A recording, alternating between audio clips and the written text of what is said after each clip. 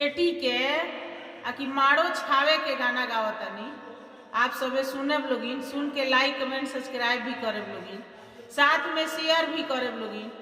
कहावा के खरवा हो बाबा, कहावा के हो बासावा, अरे कहावा के खरवा हो बाबा, कहावा के हो बासावा, अरे कहावा के बाबा हो लोगा छावेला हो मोड़ौआ, अरे कहावा के पापा हो लोगा छावेला हो मोड़ौआ, अरे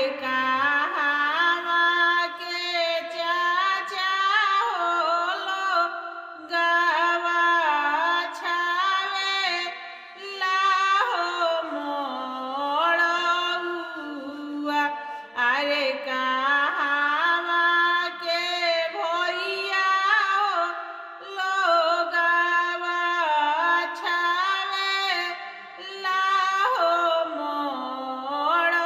मोड़ौआ, अरे पाटना के खरवा हो बेटी छापा राके हो बासावा, अरे डीए के पापा हो लोगा छावेला हो मोड़ौआ,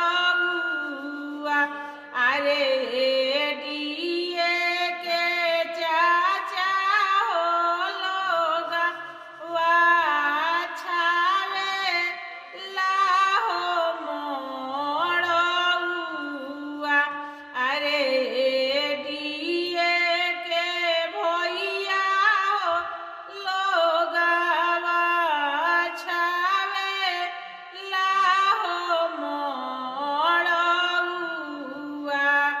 आप सभी के गाना सुनने के लिए धन्यवाद।